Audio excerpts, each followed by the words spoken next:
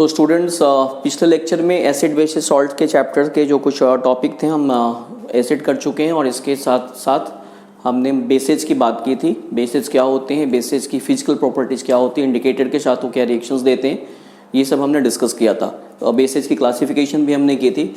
Now the chemical properties of bases. Bases की हम chemical properties की हम बात करेंगे अब। Chemical properties, chemical properties. अब केमिकल प्रॉपर्टी में देखिए, पहली प्रॉपर्टी रिएक्शन विद एसिड।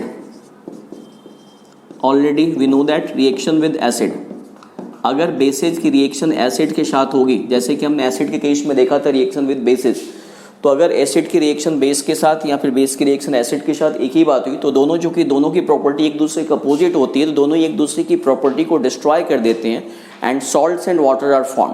तो such reaction is called neutralisation reaction. जैसे देखिए, अब इसमें हमारे पास NaOH की रिएक्शन, सोडियम हाइड्रोक्साइड बेस है, इसकी रिएक्शन अगर हम हाइड्रोक्लोरिक एसिड के साथ करवाते हैं, then what will happen, NaCl, salt and water. Salt and water की फॉर्मेशंस होती है। तो this is the property of the acid और and this is the property of the base, कि एसिड और बेस दोनों एक दूसरे की प्रॉपर्टी को डिस्ट्रॉय कर देते हैं और हमारे पास सॉल्ट एंड वाटर बनता है। मोस्ट ऑफ द सॉल्ट जो होता है वो न्यूट्रल होते हैं। जैसे ये जो सॉल्ट है सोडियम क्लोराइड, वो आपको न्यूट्रल सॉल्ट है। बट हमने डिस्कस किया था ये डिपेंड करेगा कि एसिड और बेस की स्ट्रेंथ कितनी है। जैसे इस केस में ये भी स्ट्रॉन्ग बेस है और ये स्ट्रॉन्ग एसिड है, तो उस केसेज में फिर क्या होगा, उस केसेज में हमारे पास दोनों ही एक दूसरे की प्रॉपर्टी को डिस्ट्रॉय कर देंगे, हमारे पास एक न्यूट्रल कंपाउंड बनेगा सॉल्ट। लेकिन अगर मान लो अगर हम स्ट्रॉन्ग बेस की रिएक्शन वीक एसिड के साथ करवाते हैं, तो उस कंडीशन पे जो एसिड जो है वो बेस की प्रॉपर्टी को पूरी तरह से न्यूट्रलाइज नहीं कर पाएगा और जो कंपाउंड हमारे पास बनेगा that will be basic in nature, यानी वहाँ पे जो सॉल्ट होंगे वो आपको बेसिक सॉल्ट बनेंगे। तो ज़रूरी नहीं है कि सॉल्ट हमेशा न्यूट्रल ही हो। Now the next property, reaction with metal. अब देखिए, जब एसिड की रिएक्शन जब मेटल के साथ होती थी तो हमारे पास सॉल्ट बनता था, मेटल का सॉल्ट बनता था और वहाँ पे हाइड्रोजन गैस फ्री होती थी। यहाँ पे भी वही होगा, बट यहाँ पे चूँकि बेसिस में क्या है कि बेसिस में ऑलरेडी आपको एक मेटल मौजूद है। जैसे अगर हम यहाँ पे मान लो हम बेस ले रहे हैं NaOH हमने बेस लिया, ऑलरेडी यहाँ पे एक Na मेटल मौजूद है और इसकी रिएक्शन अगर हम जिंक के साथ हम करवा रहे हैं, जिंक मेटल के साथ हम करवा रहे हैं, तो यहाँ पे क्या होगा कि हाइड्रोजन को तो रिप्लेस किया जाएगा, लेकिन चूँकि यहाँ पे सोडियम को रिप्लेस नहीं करेगा, तो हमारे पास एक स्पेशल सॉल्ट बनेगा Na2ZnO2 Na2 and plus H2 हमारे पास बनेगा फिर Na2ZnO2 एंड दिस इज, ये भी एक सॉल्ट है but this is special type of salt. आप इसमें देखेंगे इसमें क्या है, दो मेटल एक साथ मौजूद है, दो मेटल यहाँ पे एक साथ मौजूद है। This is called sodium zincate, इसको हम बोलते हैं सोडियम जिंकेट। तो यहाँ पे भी सॉल्ट बन रहा है और हाइड्रोजन गैस यहाँ पे फ्री हो रही है। अब तीसरी प्रॉपर्टी हम डिस्कस करते हैं। तीसरी प्रॉपर्टी हमारे पास है reaction with non metal oxide. Reaction with non metal oxide, reaction with non metal oxide. अब देखिए यहाँ पे नॉन मेटल ऑक्साइड के साथ ऊपर देख लेते हैं हम, reaction with non metal oxide के साथ क्या होगा। फिर नॉन मेटल के ऑक्साइड के साथ जब एसिड की रिएक्शंस होती है, बेस की रिएक्शंस होती है, तो हमारे पास क्या होता है, देखिए यहाँ पे 2NaOH, ये बेस हो गया और non metallic oxide, carbon non metal है, इसके ऑक्साइड के साथ हम इसकी रिएक्शन करवाते हैं, हमारे पास क्या बनेगा, Na2CO3 प्लस H2O। अब ध्यान दीजिए, this is what, this is base, ये क्या है, ये आपका बेस है, वी नो दैट ये बेस है। और रिएक्शन के बाद हमारे पास क्या बना, रिएक्शन के बाद हमारे पास बना सॉल्ट, सोडियम कार्बोनेट सॉल्ट है and water. And we know that base की रिएक्शन जब एसिड के साथ होती है तो सॉल्ट एंड वाटर बनता है। मतलब नॉन मेटल के जो ऑक्साइड्स हैं वो एसिडिक नेचर के होते हैं, जबकि मेटल के ऑक्साइड हमने डिस्कस किया था एसिड के टॉपिक में कि मेटल के ऑक्साइड क्या होते हैं, मेटल के ऑक्साइड बेसिक नेचर के होते हैं, लेकिन नॉन मेटल के ऑक्साइड क्या हो जाएंगे, ये क्या कर रहा है, एसिडिक नेचर यहाँ पे शो कर रहा है। तो नॉन मेटल के ऑक्साइड एसिडिक बिहेवियर शो करते हैं और भी इसका हम एक एग्जांपल ले सकते हैं, जैसे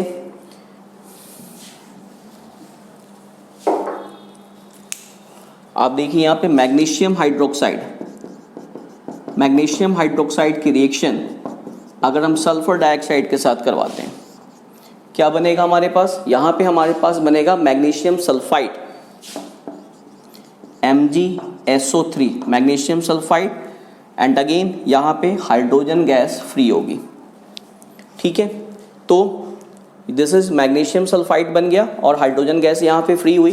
तो इस तरह के रिएक्शंस को भी हम, ये भी आपको एसिड और बेस का, तो यहाँ पे भी आप देखिए दिस इज, ये क्या हो गया, ये आपको सॉल्ट बना हमारे पास, salt, this one is H2O, water.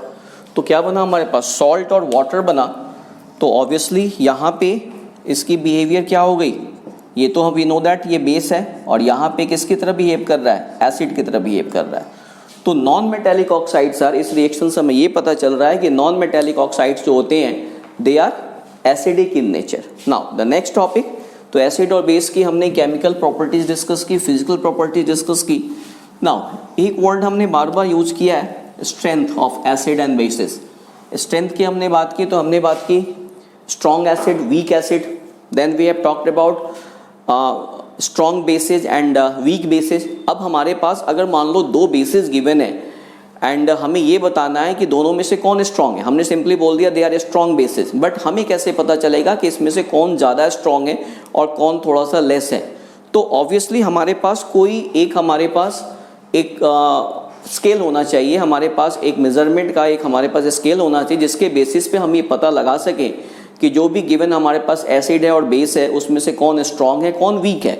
तो इसके लिए हमारे पास सोरेनसन ने एक स्केल दिया, that is called pH scale, P की पावर H लिखते हैं हम, pH scale. This is called pH scale given by Sorensen. अब यहाँ पे देखिए P की पावर H, P का मतलब यहाँ पे जर्मन में P का मतलब, यहाँ पे P का मतलब पोटेंज होता है और पोटेंज इंप्लाइज पावर, पोटेंज मतलब पावर, मतलब P की पावर H। P की पावर H का मतलब हम यहाँ पे हाइड्रोजन आयन की कॉन्सेंट्रेशन को मेजर करते हैं, किसमें? एसिड और बेस दोनों में हम हाइड्रोजन आयन की कॉन्सेंट्रेशन को मेजर करते हैं। उसके बेसिस पे सोरेनसन ने 0 से लेकर के 14 तक के स्केल दिया। अगर हमारे पास एसिड अगर 0 से लेकर के 7 तक की वैल्यू है, 0 to, या आप ले सकते हैं लेस देन 7, अगर pH की जो वैल्यू है दिस इज लेस देन 7, तो वो क्या हो जाएगा? एसिडिक। 7 से जितना कम होता जाएगा solution will be acidic, more acidic. जितना कम होता जाएगा उतनी ज़्यादा उसकी एसिडिक स्ट्रेंथ बढ़ती जाएगी। अगर pH की वैल्यू एग्जैक्टली 7 है, दैट इज न्यूट्रल। जैसे वाटर है, वाटर एक न्यूट्रल लिक्विड है, तो इसकी pH की वैल्यू 7 होती है। और अगर pH की वैल्यू इज ग्रेटर देन 7, 7 से जितना ज़्यादा होता जाएगा उतना ज़्यादा ये बेसिक नेचर का होता जाएगा, दैट इज बेसिस। अब pH निकालने का हमारे पास फॉर्मूला क्या होता है? pH equal to 1 divided by hydrogen ion concentration. Bracket में रखने का मतलब हम इसकी कॉन्सेंट्रेशन की बात कर रहे हैं।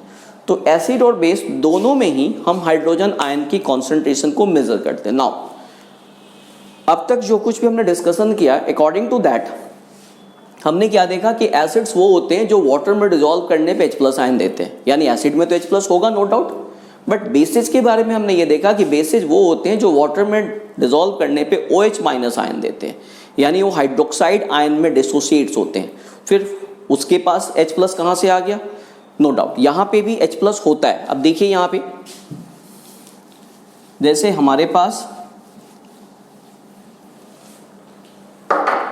एसिड है, एसिड की हम बात करते हैं hydrochloric acid, aqueous solution. Aqueous में क्या होगा? ये H+ Cl-, साथ के साथ जो वाटर है, वाटर भी तो ब्रेक डाउन होगा, तो वाटर यहाँ पे ब्रेक डाउन हो गया H+ और OH-, यानी एसिड के केसेस में हमारे पास H+ ज़्यादा होंगे।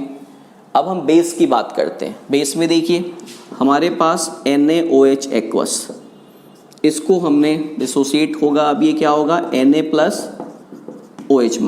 बट इसके अंदर का जो वाटर है वो भी डिसोसिएट होगा, जो H2O अपने एक्वस सॉल्यूशन लिया है ये भी डिसोसिएट होगा किसमें, H प्लस और OH माइनस में।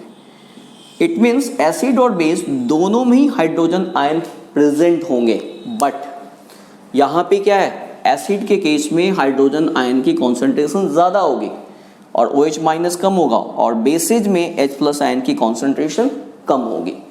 इट मीन्स जो हमारे पास फॉर्मूला है that is 1 divided by H plus ion concentration, तो एसिड के लिए H प्लस आयन की कॉन्सेंट्रेशन ज़्यादा है, डिनोमिनेटर यहाँ पे ज़्यादा हो जाएगा, इसकी वैल्यू ज़्यादा हो जाएगी। ऑब्वियसली फिर क्या होगा हमारे लिए कि एसिड के केस में pH की वैल्यू कम होती जाएगी, क्योंकि हाइड्रोजन आयन की कॉन्सेंट्रेशन यहाँ पे ज़्यादा है, और जैसे जैसे हाइड्रोजन आयन की कॉन्सेंट्रेशन बढ़ती जाएगी, स्ट्रॉन्ग एसिड होता जाएगा, वैसे वैसे pH की वैल्यू यहाँ पे कम होती जाएगी। तो दैट्स वाई एसिड के लिए pH की वैल्यू जो होती है वो कम होती है, क्योंकि हाइड्रोजन आयन की कॉन्सेंट्रेशन यहाँ पे ज़्यादा है। बेसिज की हम बात करें तो बेसिज में हमारे पास क्या हो गया, बेसिज में H प्लस आयन की कॉन्सेंट्रेशन कम है, तो जब H प्लस आयन की कॉन्सेंट्रेशन कम है, डिनोमिनेटर की वैल्यू कम हो जाएगी, तो जो pH की वैल्यू होगी वो ज़्यादा हो जाएगी। दैट्स वाई बेसिज के केसेज में क्या होता है कि pH की वैल्यू जो होती है वो ज़्यादा होती है, तो हमारे पास बेसिज जो होते हैं उनकी जो वैल्यू होगी pH की 7 से ज़्यादा हो गया। This is pH।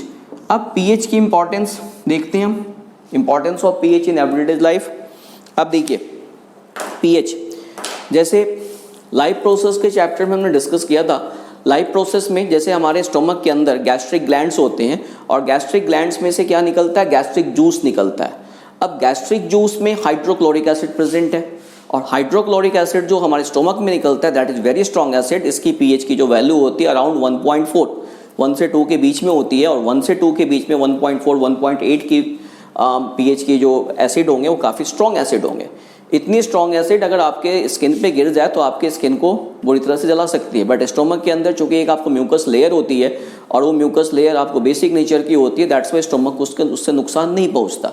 और इतनी स्ट्रॉन्ग pH में इसका फंक्शन क्या होता है, जो एंजाइम्स होते हैं हमारे गैस्ट्रिक जूस में, जो एंजाइम्स है पेप्सिनोजेन, जेन वर्ड लग गया मतलब इनएक्टिव एंजाइम है, ये इसको एक्टिवेट करता है, ये इसको पेप्सिन में कन्वर्ट करता है। इसके अलावा जो हाइड्रोक्लोरिक एसिड जो भी फूड के साथ जो बैक्टीरिया वगैरह आते हैं उनको किल करने का काम करता है। तो pH in our digestive juice ये हमारे लिए इंपॉर्टेंस है। इसके अलावा फिर pH की और क्या, pH जो एनिमल और प्लांट हैं वो अपना डिफेंस मैकेनिज्म एसिड और बेस के अकॉर्डिंगली उनका एक आपको नेचुरल डिफेंस मैकेनिज्म होता है। फॉर एग्जांपल जैसे अगर कभी आपको हनी बी काट ले तो हनी बी के स्टिंग में एसिड होता है, वो एसिड आपके स्किन के अंदर आपके बॉडी के अंदर वो इंजेक्ट कर देती है और इससे आपको फिर काफ़ी तेज पेन होता है। तो उस केसेस में हम क्या करते हैं, कोई भी वैसी चीज़ बेसिक जैसे घर में आपको बेकिंग सोडा पड़ा हो हम उसको वहाँ पर रगड़ते हैं तो फिलहाल थोड़ा सा हमें आराम मिलता है, पूरा आराम नहीं मिलता बिकॉज एसिड बॉडी के अंदर चला जाता है। तो ये उनका क्या है, एक आपको डिफेंस मैकेनिज्म है। Even there are certain plants, एक प्लांट्स होता है नेटले लीव्स, नेटले प्लांट। अब नेटले प्लांट्स में निडल लाइक, नेटले का मतलब ही होता है निडल्स, निडल्स लाइक स्ट्रक्चर्स होती है उसकी लीव्स में, और ये बेसिकली जैसे कि माउंटेनियर्स जो मतलब माउंटेन्स एरियाज हैं वहाँ पे मिलता है। माउंटेनियर्स को इन चीज़ों की ट्रेनिंग दी जाती है। तो अगर मान लो जैसे कि नेटले प्लांट का लीव्स अगर चुभ गया तो वो एसिड इंजेक्ट कर देता है, मेथानोइक एसिड, फॉर्मिक एसिड। अब इस एसिड से काफ़ी तेज जलन होती है, सेंसेशन होती है, बट नेचर में इसकी रेमेडी भी मौजूद है। जहाँ भी नेटले प्लांट होता है उसके आसपास एक और प्लांट मौजूद होता है that is called dog plant. Dog plant के जो लीव्स होते हैं उनका अगर हम जूस निकालें तो बेसिक नेचर का होता है। तो इमीडिएट रेमेडी इसकी क्या होती है, आसपास वो देखते हैं अगर आपको डॉग प्लांट मिल गया तो उसके लीव्स को फिर वहाँ पे रगड़ते हैं, वहाँ पे रब करते हैं, उससे आराम मिलता है। फिर pH in our buccal cavity, in our mouth, हमारे माउथ में जो सैलिवरी ग्लैंड्स हैं, सैलिवरी ग्लैंड से क्या निकलता है, सलाइवा निकलता है। सलाइवा के अंदर सैलिवरी अमाइलेज एंजाइम्स होता है, वाटर होता है, साइनेट आयंस होते हैं, क्लोराइड आयंस होते हैं, काफ़ी सारी चीज़ें। और इसका pH जो है ये एसिडिक होता है, स्लाइटली एसिडिक, 6 के आसपास, 5.78 के आसपास इसका होता है 6। और ये ज़रूरी है बिकॉज हमारे माउथ के अंदर जो बैक्टीरिया वगैरह होते हैं उसके लिए फिर आप इसको पूरी तरह से न्यूट्रल नहीं कर सकते। बट हम जब मीठी चीज़ें खाते हैं तो क्या होता है कि जैसे आपको मान लो चॉकलेट हमने खाया, अब ये क्या होता है कि आपके दांतों के बीच में चिपक जाता है, और ये एक तरह का ये क्या मीठी चीज़ों में शुगर होता है। शुगर सॉल्यूशन में माउथ के अंदर जो बैक्टीरिया है, हम ये नहीं बोल सकते कि हमारे माउथ के अंदर बिल्कुल बैक्टीरिया नहीं है, जीरो बैक्टीरिया पॉसिबल नहीं है। तो माउथ के अंदर जो बैक्टीरिया है उनकी ग्रोथ बड़ी तेज़ी से होती है, और उससे क्या होता है, उससे जो pH की वैल्यू होती है, जो एसिडिक वैल्यू और नीचे आती है। और अगर ये 5.5 से नीचे चली जाए, 5.5 से नीचे चली जाए, तो अब ये हमारे दांतों का जो एनामल है, enamel is the hardest part of our body. हमारे दांतों के ऊपर की एक लेयर होती है, that is the hardest part of our body. लेकिन 5.5 से नीचे की pH का जो एसिड है वो एनामल को भी कोरोड करने लगता है, जिससे कि फिर दांतों में, आपके टिथ के अंदर मतलब कैविटीज़ डेवलप हो जाती है, पेन होता है, डिफरेंट तरह की प्रॉब्लम्स आती है। तो इस तरह से pH की इंपॉर्टेंस है हमें। और उसके लिए हम क्या करते हैं, हम जो कुछ भी, जो आपको टूथपेस्ट या मंजन वगैरह कुछ भी यूज़ करते हैं, तो they are basic in nature, तो आपके माउथ के pH को वो कंट्रोल में रखते हैं। तो ये सारे फिर प्लांट्स भी जो होते हैं वो pH सेंसिटिव होते हैं। pH सेंसिटिव, अगर सॉइल का pH वैल्यू, मान लो सॉइल में हम एक्सेसिव फर्टिलाइजर्स यूज़ किए जा रहे हैं, और सारे के सारे फर्टिलाइजर चाहे तो बेसिक नेचर के हैं या एसिडिक नेचर के हैं, ऑब्वियसली सॉइल की pH वैल्यू चेंज हो जाएगी। अगर सॉइल की pH वैल्यू ज़्यादा एसिडिक हो गई तो उस केसेज में फिर क्या होगा, प्लांट्स की ग्रोथ प्रॉपर ढंग से नहीं हो पाएगी। ज़्यादा बेसिक हो गई तो भी फिर प्रॉपर ढंग से नहीं हो पाएगी। तो इसलिए जो फर्टिलाइजर्स यूज़ करने से पहले हमें इस बात के लिए केयरफुल होना चाहिए कि जो हमारे सॉइल की नेचुरल जो pH है वो क्या है, जो न्यूट्रल अराउंड होनी चाहिए, और तो उसके अकॉर्डिंगली हम फर्टिलाइजर्स यूज। अगर मान लो सॉइल अगर ज़्यादा एसिडिक हो गई तो फिर हम बेसिक फर्टिलाइजर्स या सिंपल जैसे कि मतलब चूना वगैरह, जो कैल्शियम हाइड्रोक्साइड है, क्विक लाइम वगैरह है, हम उसको पानी में डिजोल्व करके डालते हैं, क्योंकि वो बेसिक नेचर का होता है, तो वो अगर सॉइल की एसिडिटी को कम करेगा। तो इस तरह की चीज़ों को हम यूज़ करते हैं। इसके अलावा अब ये सॉइल का pH चेंज होना, sometime acidic rain, acid rain हम जिसको बोलते हैं, इंडस्ट्रियल सिटीज़ में समटाइम एसिड रेन के चांसेज होते हैं। जैसे जो एनवायरमेंटल पॉल्यूटेंट है उसमें SO2 गैस है, SO2 ऊपर जा कर के वाटर से रिएक्ट करता है और सल्फ्यूरिक एसिड में कन्वर्ट हो जाता है। वैसे ही जैसे आपको नाइट्रोजन के ऑक्साइड है, ये भी वाटर से रिएक्ट करते हैं, और वाटर से रिएक्ट करके ये नाइट्रिक एसिड में कन्वर्ट हो जाते हैं। अब ये सल्फ्यूरिक एसिड और नाइट्रिक एसिड ऊपर के स्ट्रेटा में एक्यूमुलेट होते हैं, और फाइनली जब रेन वाटर के साथ मिक्स होकर के नीचे आते हैं। और अगर रेन वाटर के pH अगेन 5.67 या 5 उससे नीचे हो जाए, दैट इज़ एसिड रेन। तो इन एसिड रेन से क्या होता है, प्लांट को नुकसान पहुंचता है। जो कुछ भी हमारे प्लांट्स हैं, जो स्टैंडिंग क्रॉप्स है खेतों में, उसको नुकसान पहुंचेगा। जो मेटल के स्ट्रक्चर्स हैं उसको नुकसान पहुंचेगा।